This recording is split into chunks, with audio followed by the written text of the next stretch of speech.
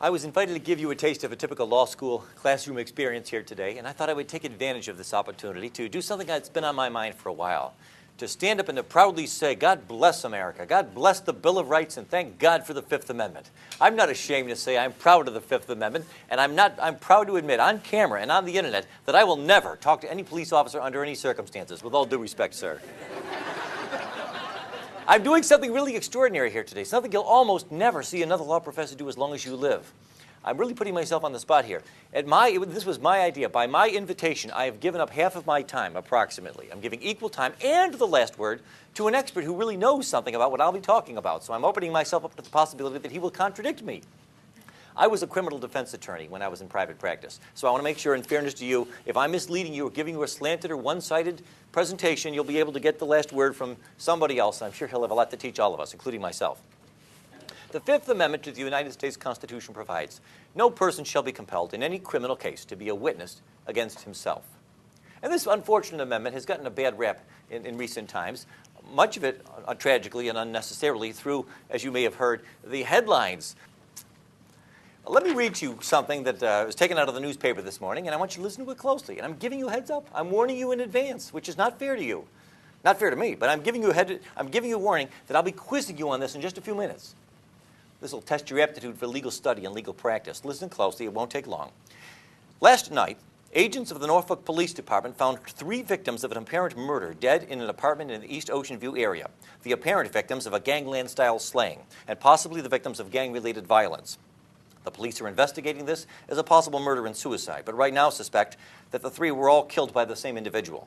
No suspects have yet been identified in the slaying, but veteran police detective George Brook has confirmed that police are following up on evidence pointing to the possible involvement of an off-duty naval officer as the perpetrator. The bodies, which were found by the apartment manager at about 8 o'clock in the morning, appear to have been slain sometime earlier in the same evening, probably sometime between midnight and 2 o'clock in the morning. That's it. Those are all the facts I'll ask you to remember, and it won't be for very long either. Let's see how well you do. I'll be quizzing you in just a few minutes. Now, here's the easiest question you'll ever get from a client in all the days of your life. Question, hey, the police are here. They want to talk to me. What should I do? Well, I could give you my answer to that question in case you haven't already guessed it, but why don't we go to a real expert? Justice Robert Jackson, a prosecutor's prosecutor. Like me, he began his private practice in Buffalo, New York, years before I did. And after that, he served as general counsel for the Bureau of Internal Revenue, the U.S. Department of Treasury, the Security and Exchange Commission, Assistant U.S. Attorney General for the Tax Division, later the Solicitor General and the Attorney General of the United States, and then the Chief U.S. Prosecutor for the Nuremberg trials. That's an impressive resume. Years later, when he was a justice on the Supreme Court, Justice Jackson stated, quote, any lawyer worth his salt, today we would say his or her, will tell the suspect, his client, in no uncertain terms to make no statement to the police under any circumstances. There's the title of my talk. I'm here to explain to you the surprising and somewhat counterintuitive and admittedly unlikely reasons why Justice Jackson was right. I'm reminded of this because I'm amazed, we're all amazed, by the frequency with which we see newspaper articles coming out all the time from people who really ought to know better, who say, well, I'll talk to the police. I mean, after all, I'm a senator. I'm O.J. Simpson. I'm an experienced, highly polished individual. I've got a lot of experience with public relations, even criminal defense attorneys. There was a local news story here in the Virginia Pilot just a couple of months ago about an experienced criminal defense lawyer who ended up getting convicted of criminal assault because he talked to the police. He was accused of having assaulted another attorney in the hallway. There were no other witnesses to this. A woman said that he grabbed her by the throat during an argument over a case. He denied it. At trial, it was his word against hers. He said, I did not even touch her. But unfortunately for him, when the police had approached him earlier and said, would you be willing to answer some questions? He said, sure, why not? I'm an attorney. I'm a criminal defense attorney. I'm savvy. I'm sophisticated. I've got oratorical prowess. I'm accustomed to dealing with the police, by all means. And then there was a conversation that was not recorded. When the case went to trial, it was no longer his word against hers, because when he testified at trial, I never touched her, the officer took her to the stand and testified, well, when I met with him, he said he did put his hand on her throat, but just as a joke. Then he had to take the stand again and say, that's not true. I never said that. I never admitted to you that now it's his word against 2 people. Who's telling the truth? We'll never know for sure, but he was found guilty. Now, here's part of the problem.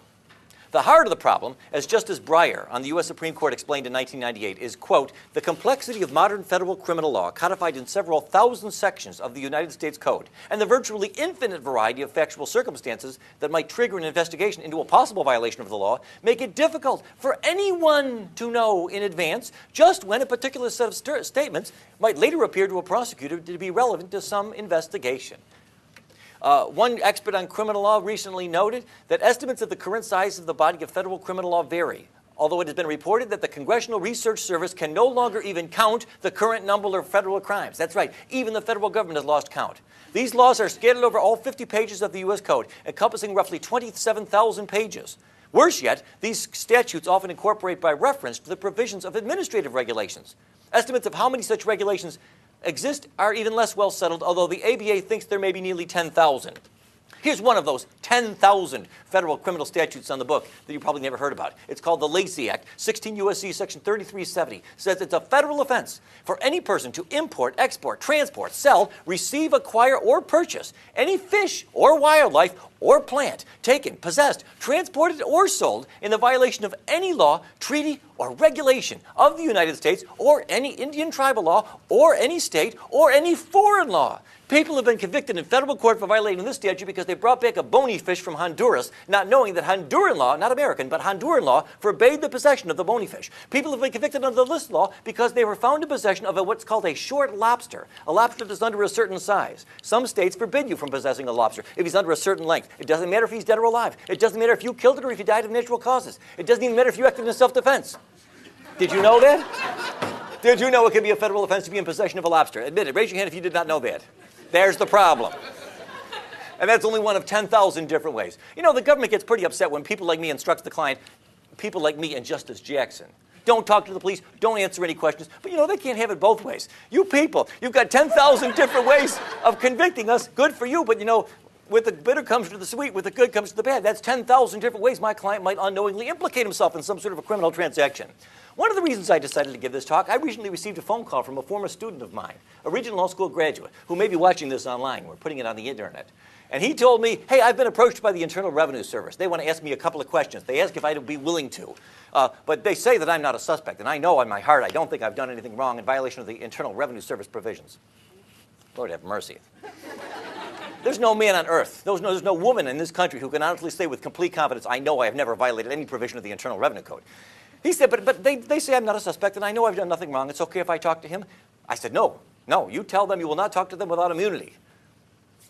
I explained to him why that was true, and he never heard from them again.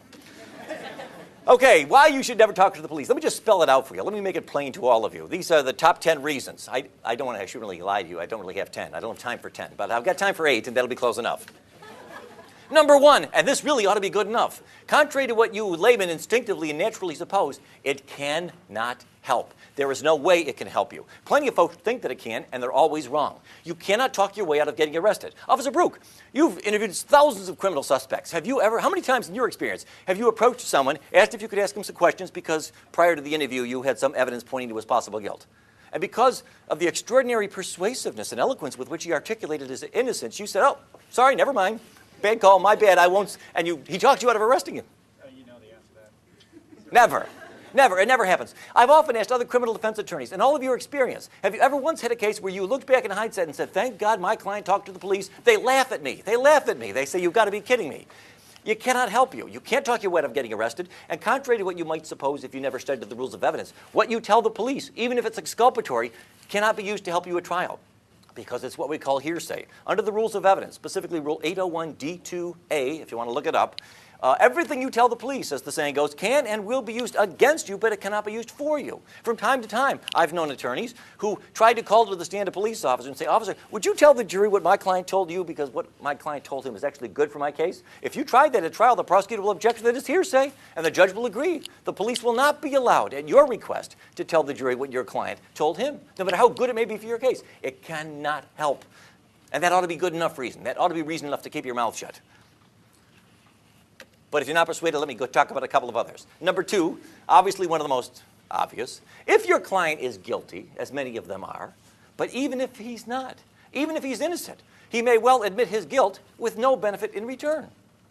Now, of course, many of you are thinking to yourself, well, what's so wrong about that?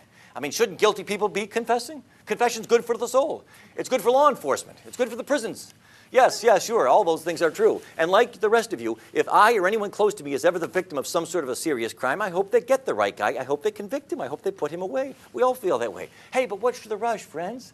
You don't got to admit your guilt the first time they come by to meet with you. In federal court, 86% of all defendants plead guilty at some point before trial. If your client is guilty and really ought to punish and really ought to have go through some sort of a cleansing act of contrition and fess up and admit his guilt, there'll be plenty of time to do that. They almost always do. No need to rush, no need to tell the police something.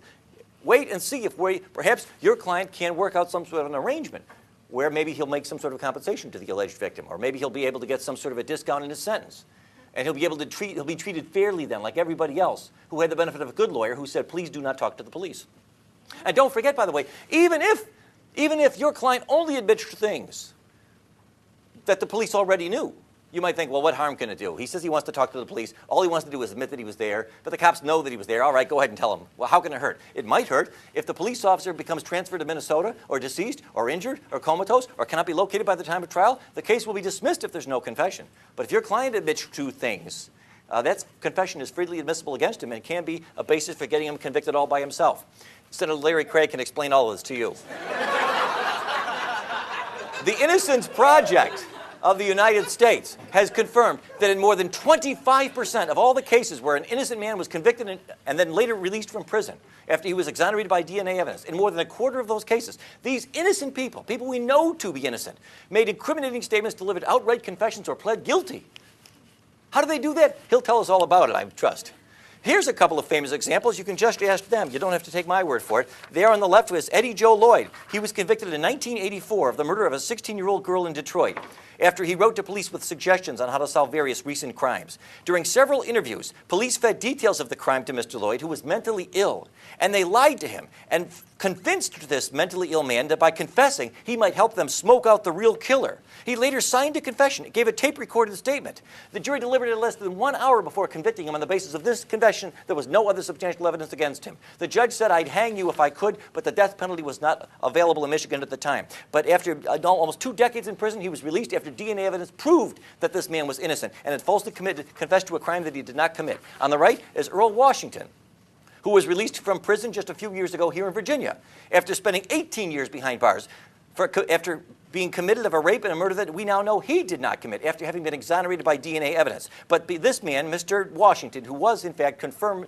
to be mentally retarded, was able to confess to several crimes at the request of the police, some of which we know he could not have committed. That's the problem. Some of you are thinking to yourself, well, none of this concerns me because I'm not guilty of anything and I never will be and I will never represent people who do. Okay. Let's talk to you people. You innocent folks. Those of you who have never committed a crime and never will, and none of your clients will either. And you wouldn't go out with a girl who did. Fine. You better not talk to the police either, okay? Because number 3, we'll put the guilty behind us. Forget about them. Let's talk about innocent people. Number 3, even if your client is innocent and he denies his guilt and almost entirely tells the truth, odds are good he will easily get carried away and tell some little lie or make some little mistake that will hang him. This is human nature. He gets in there, it's a stressful situation. Imagine a perfectly innocent client. The police say he's been guilty of a murder. He's totally innocent as any one of us. So he goes in there and he meets with the police. He says, I don't know what you're talking about. I was nowhere near there. I didn't kill him. I've never killed anybody. I don't have a gun. I've never had a gun. I've never touched a gun in my life. I was nowhere near Virginia Beach that night. That last line was a lie. He went over the top. He was getting carried away. He got into this groove. He started saying all kinds of things, almost all of them true, that he knew would tend to exculpate himself. Then he got carried away and just said one thing that wasn't true, and unfortunately for him, they can prove that it wasn't true. He may be convicted on that basis alone. But let's say, well, that's not a problem. I'll tell my client only to tell the truth. I've met with him. I know he won't lie to the police. He won't make any mistakes. Okay, that's still no guarantee you won't be getting into trouble. Because even if your client is innocent and only tells the truth and doesn't say anything that is false. Now, already, mind you, we're pretty well nigh into fantasy land.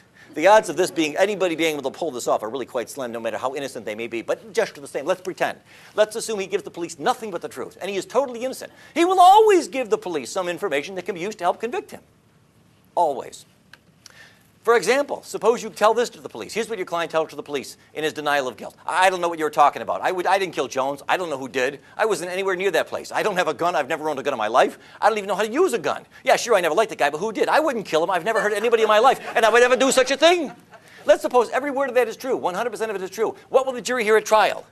Officer Brook, was there anything about this, your interrogation, your interview with the suspect that made you concerned that he might be the right one? Yes, there was. He confessed to me that he never liked the guy. And then the prosecutor will put that up in big letters, and he'll say, ladies and gentlemen of the jury, it's pretty clear that we've got the right guy here. We've proven that he was in Virginia Beach that night. That's opportunity. And remember, Officer Brook admitted that after extended questioning, he was finally able to get the defendant to admit that he never liked the guy. There's your motive. Motive plus opportunity. Wham, bam, please.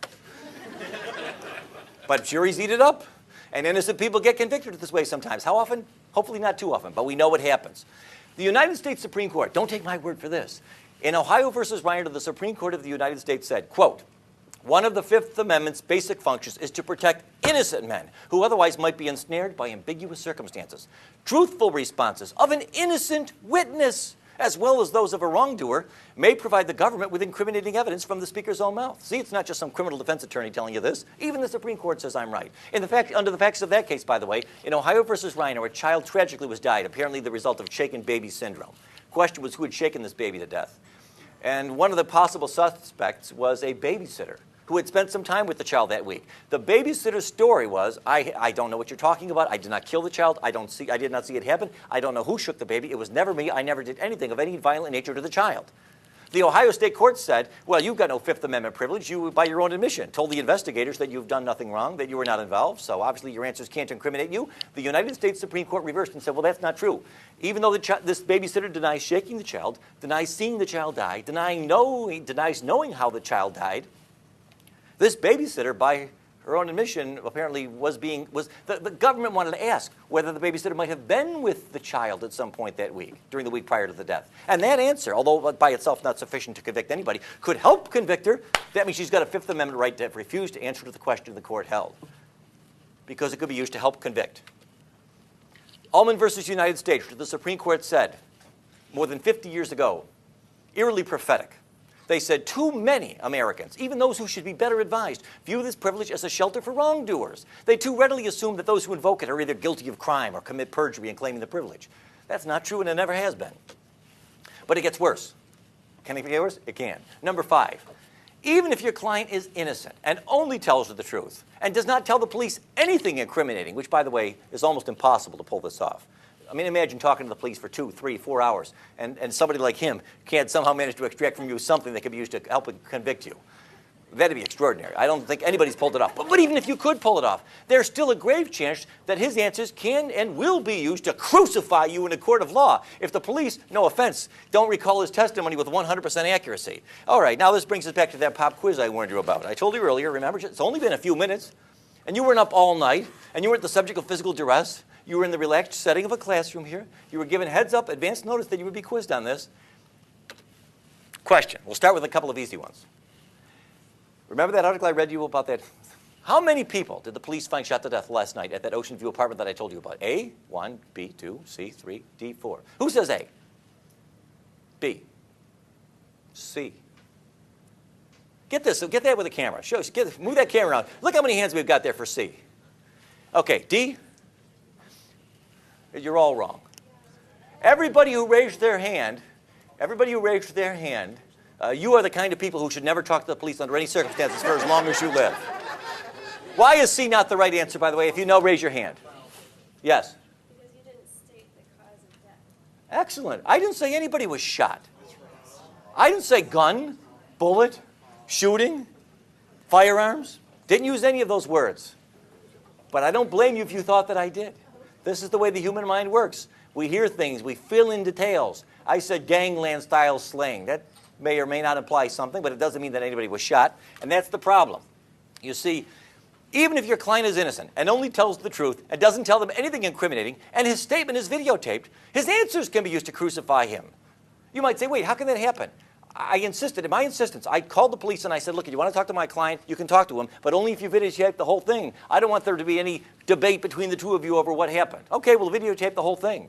If the police don't recall their questions with 100% accuracy, he'll be convicted on that statement alone. For example, suppose a man goes to the police. They say, we're investigating a possible murder, a shooting. And the guy says, quote, I don't know who killed Jones, Officer Brook, with all due respect. It wasn't me. I've never touched or fired a gun in my life. How can that help incriminate this man? How could that possibly be used against this man to help convict him? You would think it's inconceivable.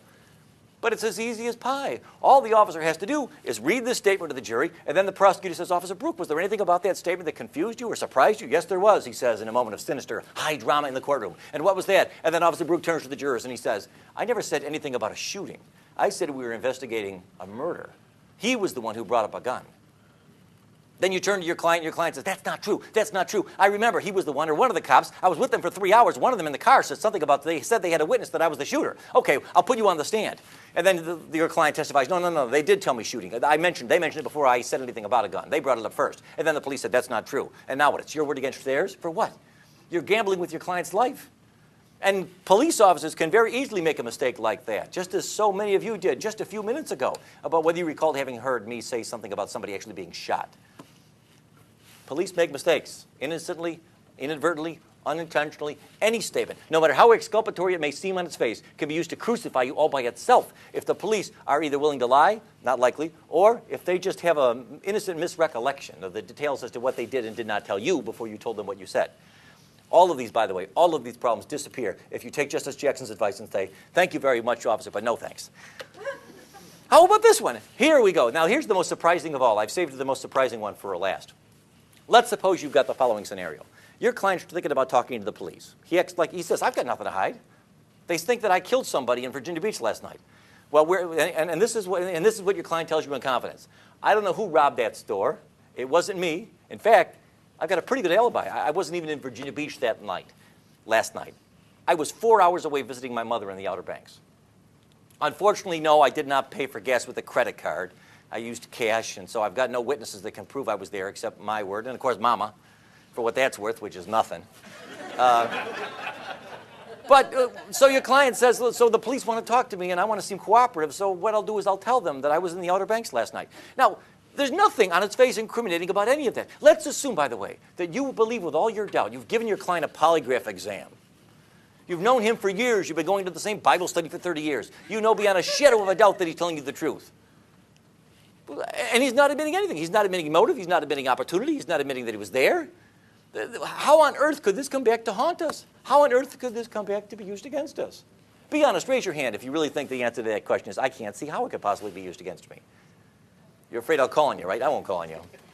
Well, you're wrong. You're dead wrong. You're always wrong. Everything you say, every time you talk to the police, you will regret it. You see, the problem is, here it is. This is the last point. I think it's almost, even if your client is innocent and only tells the truth and doesn't tell the police anything incriminating, and the entire interview, questions and answers are videotaped, even his truthful answers can be helped to crucify even an innocent man. If the police, through no fault of theirs, end up in the possession of any evidence, even mistaken and unreliable evidence, that anything your client told them was false, even if in fact it was true. Again, going back to this example from a moment ago. Let's suppose I go ahead and I meet with the police. I think I got nothing to hide. I tell them I was in the Outer Banks last night, officer. How can that be used to convict me? By itself, it cannot. It cannot help at all by itself. But what if I later find out, to my horror, after I put my cards on the table, that they've got a witness, a girl that I went to high school with, an unimpeachable witness. We've never been enemies. She'd have no reason to lie. She swears she thinks she saw me in Virginia Beach last night, a couple of blocks away from that store, about an hour before it was robbed. Now, her testimony by itself isn't going to help the prosecutor. Hell, if she's all they've got, I'll get this case thrown out before trial. But if, like an idiot, I talked to the police and I told them the truth, I told them I was in the Outer Banks, and now, lo and behold, tragically, it turns out they've got a witness, a false, mistaken, confused, but sincere and credible witness who could testify that I was here in Virginia Beach, now they're likely to get a conviction. Because what they'll do, I've just turned this cop and this woman into the government star witnesses. They'll put Officer Brook on to testify about how my client lied to him about being in the Outer Banks, and then they'll put on this girl who otherwise would have not even helped with their case at all, who will testify, no, that's not true. That was a lie. I saw Mr. Duane's client here in Virginia an hour before the robbery, not so far from the store. By herself, she would not have helped the government in any significant way. But what I have just done, you see, is given them the other part of the puzzle. And now I'm doomed. Just ask them. I close with this example. Here we have a couple of recent celebrity examples of why it is that even people who admit nothing always end up denying it. I mean, sorry, they always end up regretting it. On the left, we have Martha Stewart. She was the victim, the subject of an extensive government investigation that was looking into the possibility that she was guilty of violations of certain federal laws, securities laws, fraud kinds of things. They couldn't pin that on her, but they were able to get a conviction because she denied it. Talking to the police and later to some of the shareholders, she said, no, it's not true. I was not guilty. So they charged her with lying to federal investigators, and they got a conviction, and she was sentenced to 5 months in prison. Marion Jones, on the right side, another person who would still be out today if she had always taken the advice that I'm giving you now. She was asked if she had ever used steroids, a controlled substance. And instead of taking the fifth, she said, no, I never took steroids when I won those Olympic gold medals. Later on, it turned out that she was lying. She worked out a deal. She pled guilty. She admitted that she was lying. And she, over her strenuous, tear-filled objection, even though she has 2 young children, was just recently sentenced to prison for 6 months. The guy who sold her the steroids, the pusher, he got only 4 months. But she got 6 months because she lied to the police and said that she did not do it. You see the problem. Michael Vick, who recently pled guilty, as you know, to these charges with respect to the operation of this dog combat sort of operation at his home. At sentencing, like many other criminal defendants, even though he eventually pled guilty at sentencing, one of the reasons his sentence was a little harder than it might have otherwise been, the judge said, was because when he initially met with the police, he lied to them and said, I didn't do anything. I didn't do it. I don't know what you're talking about. Even guilty people, but not only guilty people, will always end up regretting talking to the police. So my advice to you, Justice Jackson was right. Any sane, competent lawyer in his right mind will always tell every client under all circumstances, I don't care if you're innocent. I don't care if it's the truth. If it's the truth, great. We'll tell the jury all about it. There'll be time enough to put our cards on the table. But before we get there, I haven't seen yet what the police got. They may have mistaken and confused witnesses who will contradict even the truthful stuff that you say. We have no way to know, no way to predict whether the information that you give them, even if truthful and reliable, will end up unwittingly dispelling our demise. So keep your mouth shut. Don't answer any questions. Let's take the fifth. You'll be glad that you did. God bless America. God bless the Bill of Rights and the geniuses who bequeathed it to us. But now, in fairness, I give equal time, or what's left of equal time, to a police officer who will explain to the extent to which, if any, he agrees or disagrees with anything I've got to say. I have no idea to know what he's going to say, but it'll be interesting. Here, let me give him the microphone. Let's give him a hand. Officer George Brook, the Virginia Beach Police Department.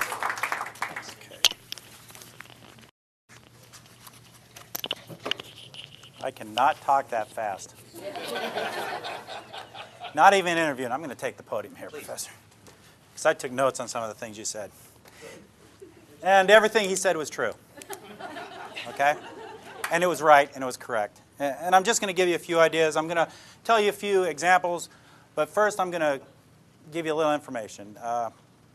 As was said earlier, I've interviewed thousands of people. I've interviewed people with foreign police departments. When I was in the Navy, I was in law enforcement, and I was a criminal investigator.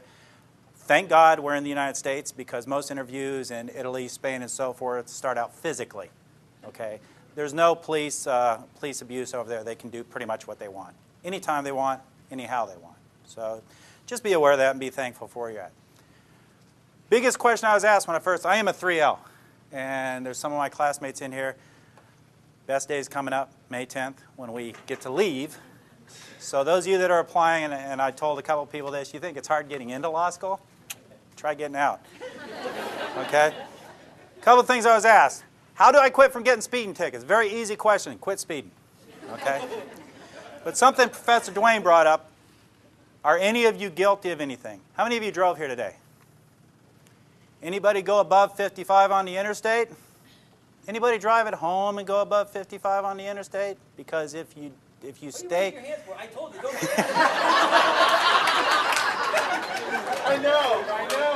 I remember, but I was doing it anyway. I did it intentionally. And there you go. And people are inherently honest, and that's their biggest downfall. Okay? They really are. Or they want to tell their story. And if you drive 55 on the interstate where it's 55, the only thing you're going to do is meet the person behind you because they're going to rear end you and you're going to get run over. Okay? So that's a fact. But everybody does something that they can get in trouble for. I can follow as a police officer when I was in uniform. I could follow a car however long I needed to, and eventually they're going to do something illegal. And I can pull them over. And justifiably illegal to pull them over with. So just be aware of that. Don't think you're so innocent in such a thing. When you get stopped for a traffic ticket, everyone likes to be somewhat honest. And what's the first thing the police officer asks you? Do you know how fast you're going? If the speed limit's 35, you'll say, oh, 38, 40, because you want to be kind of honest even though you're doing 50. You just said 38, 40. You just admitted to breaking the law. You just confessed. So they can go to court with that, with a confession that you were exceeding the speed limit. Okay, so you need to think about those things, and when you do become defense attorneys, which I may, who knows, you need to think about those things for your clients. The other thing you need to think about your clients, and this is going to seem very terse, people are stupid. Your clients are stupid. And I've had defense attorneys come to me. Matter of fact, one on a motion to suppress just Tuesday come up to me and tell me his client was stupid. Okay? They're very straightforward. They do foolish things. They talk to the police. You guys need to be aware of that. Now, in my past, and it wasn't exaggerated, I have interviewed thousands of people. I've arrested and dealt with over 1,000 felonies. Well, actually, more than 1,000 felonies. Probably about 20, or no, about 1,000 felonies, 2,500 misdemeanors. 98% of them conviction rate. 80% of them I don't even have to go to court. Why? Because there's confessions. Because they confess. So these people have no problem. The hardened criminals have no problem talking to the police. People like to tell their story. And they'll sit in that room and think about it. You're picked up by the police. You're in a little room. There's one chair here. There's a desk. There's another chair. What's the thing you want the most right at that point? To get out of that room. To be out of that room. Think the police officer's shift is ending in 15 minutes. Does a police officer want to get out of that room? My overtime rate's $58 an hour. Do I want to get out of that room? I have no problem. I'll stay there for 10 hours. I'll take that $600. Okay, so I have no motivation to want to leave. You do, and that's how we get you to try to talk. I have my job. My job is to develop probable cause, develop a good case. A great case is a case with a confession. Get it to the Commonwealth's attorney so that they can prosecute the case with little, if any, effort. And the Commonwealth attorneys love those cases, the little and any effort, because they come with a stack of files that high in court every day. So they love those cases. That's my job. The defense attorney's job is to hope they get to their client before I do and make sure they don't talk to me, no matter what. Give you an example, and this will go right along with what Professor Duane was putting up his examples. I had an interview that went something like this. Were you involved in the burglaries? No, I had nothing to do with them. You didn't have anything to do with them? No. You were in a car with all this stolen stuff in it? You had nothing to do about it? No. You knew it was there? Yeah. Okay, now we got possession of stolen property, felony, okay? But you had nothing to do with it? No. So what did you need the money for? Well, I had to pay some of my court costs from another thing I got in trouble for. Oh, so he took the money from stealing the stuff. I have enough to charge him now with burglary. Simple as that. Well, did you see the picture on that camera of the house with the Christmas decorations? This is a real case scenario. Yeah, did you go in that house? No, I didn't go into that one. So there's ways around it. There's ways to get around people who try not to talk to you. And again, as Professor Duane said, if you wanted to go and say you wanted to go into a boxing match, $100 if you win. You've never boxed before. You have to face somebody who's an Olympic boxer. You're going to lose. You're going to face somebody who's been interviewing people for, in my case, 28 years. You're going to lose, unless you're purely innocent. Now, on the other side of it, I don't want to put anyone that's innocent in jail. But I try not to bring anyone into the interview room that's innocent. And there are a couple that I have let walk away because they were innocent. Okay, the interviews. How do we approach the interviews? There's a number of ways to approach interviews. There's a number of types of people that I deal with. First thing I do, anyone know what they get told first when they're in an interview? Miranda. Miranda warning. Okay, it's not a right. You don't have a right to Miranda. Those rights have always been there. It's called the Constitution. You're just teaching. You're doing a real quick class on the Constitution for these people. Usually they don't listen to it. And this is the way I give my Miranda warning. Look, I have to tell you this. Just pay attention. Okay, they're usually sitting back or they're very attentive. You have the right to remain silent. Do you understand that? Yes. Anything you say may be used against you in a court. I don't have to say it will be. I say it may be. Okay, and they get that. You have a right to an attorney, And if you can't afford one, one may be appointed to represent you. Got that? You can decide not to quit talking to me at any time and exercise these rights. Do you understand that? Sure. Now, before I do the primary thing that's needed with those rights, and that's to get a waiver, I say, now, before you say anything, let me tell you what I know. And over all the time I've had to put together what this individual was supposedly involved in, and I only say supposedly because Professor Duane's sitting over there, that this individual was involved in, I will tell the story that I've put together, and it'll be pretty close to what happened. And I can see that it's pretty close to what happened because that individual starts slumping down in their chair. They'll put their hand to their face, doing this in their mind, oh my God, I'm going to jail forever. Okay? And I can see it. And I said, now that you know what I know, do you want to talk to me? And why do I do that? Because if I didn't do that, is if I said, do you want to talk to me, they'll say no. So I give them the time to think about, and then comes the next phrase. Now, before you start talking to me, let me tell you the difference between a lie and a truth.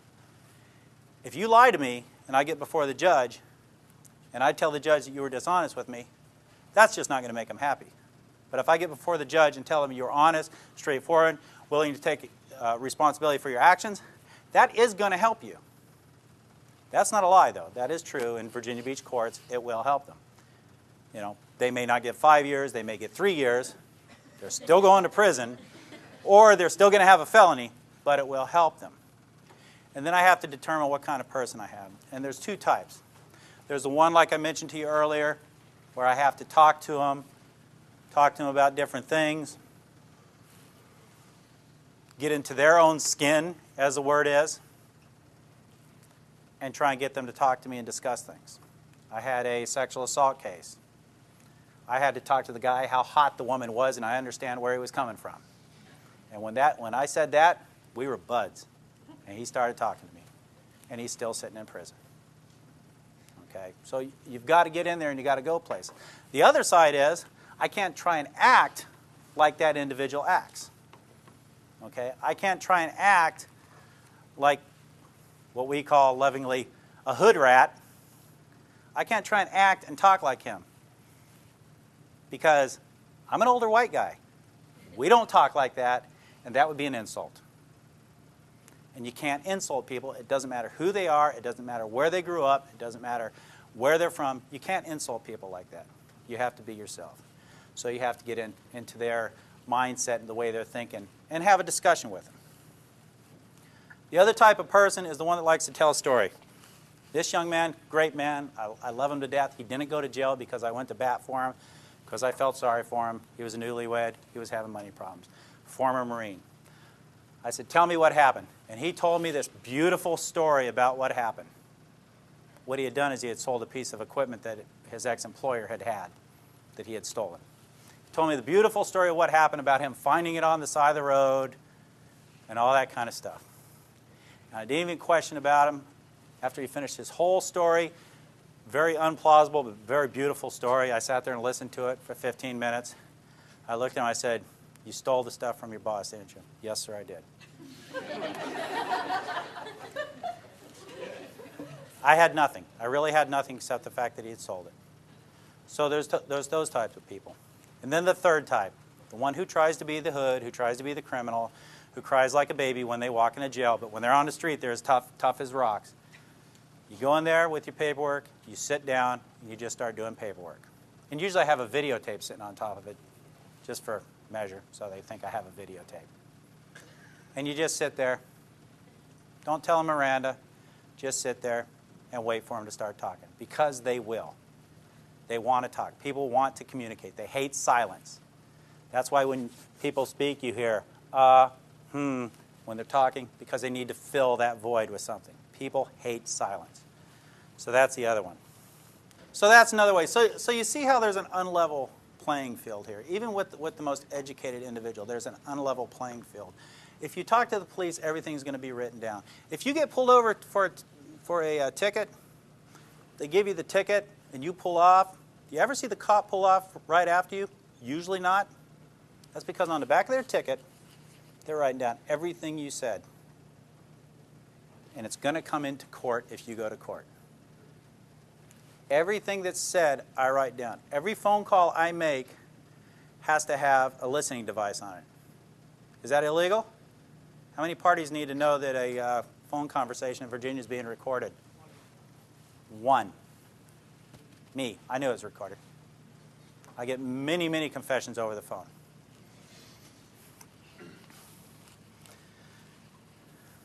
Okay, back to the people. Yes, they're stupid. Okay, people are stupid.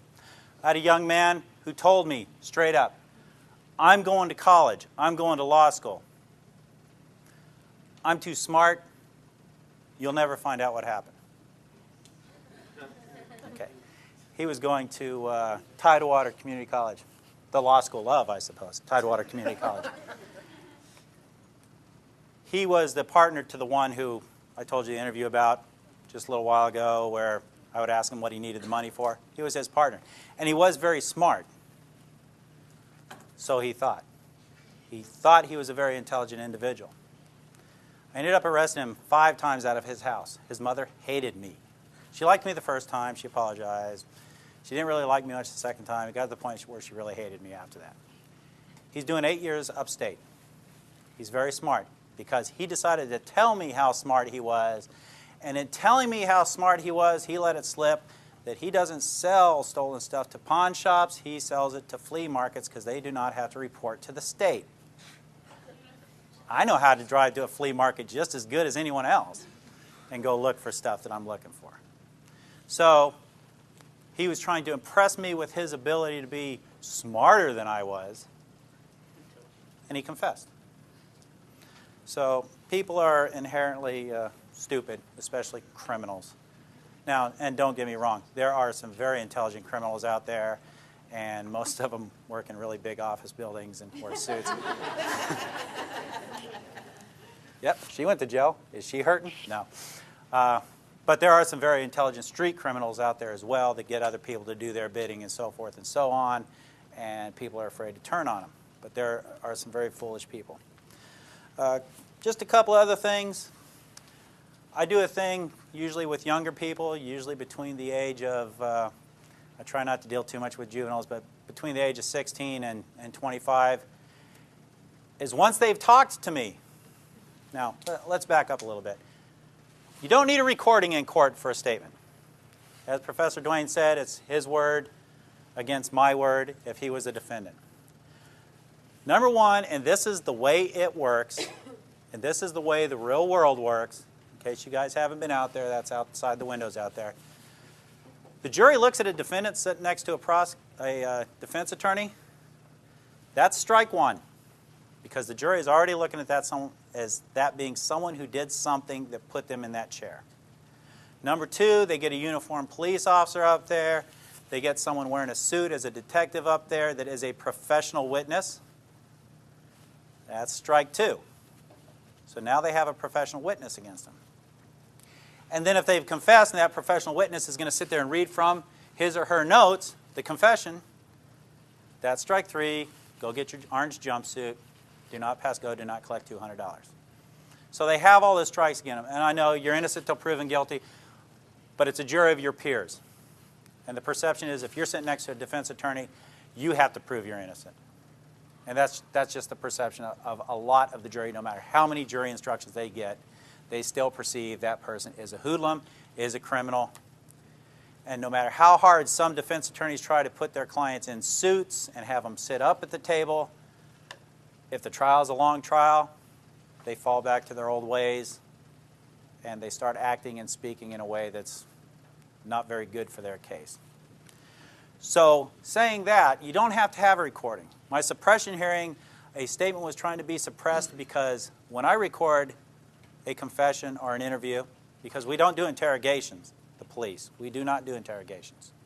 That's a bad, mean, Nazi kind of word, okay? We do interviews, okay? And you'd be amazed how much difference it makes when you use that one word versus interrogation. I'll take it off the tape and I'll have my secretary put it to paper. Immediately afterwards, I'll take that tape and I'll scan it over my magnet, throw it in my box so I can use it again. I do not keep the tape. It is not evidence. It's not required to be evidence. It is there. If it's there for the court, It's just extra. You don't have to have that. But it's really good to have. The suppression hearing, he tried to suppress that. After I testified, the defense counsel stood up and says, well, Judge, I really don't have anything to say. And the Judge Canada, said, motion denied. And let's move on and go to court. So you don't have to have recordings. You don't have to have videotapes. The police videotapes, that's just extra. If you got that police officer sitting there testifying, you don't have to have that videotape. You got the guy that was right there to tell you what happened. But it's always nice to have those extra things. And what I do for these young people is I'll say, look, the person who you broke into their house are very upset. They're very angry because you sold their stuff to the pawn shop. Pawn shop stuff, sold them. They don't get their stuff back. They're very angry. They want you to go to prison. Okay? They may be very angry. They want you to go to prison. They may want to. To lessen that, that's the start of what's commonly known as a lie, because we are allowed to lie in interviews. To lessen that, you might want to make them happy. And the reason that's a lie is because when it is a felony in the Commonwealth of Virginia, the victim has nothing to do with the prosecution or how long the people go to prison or any of that kind of stuff. We're prosecuting them, not the victim.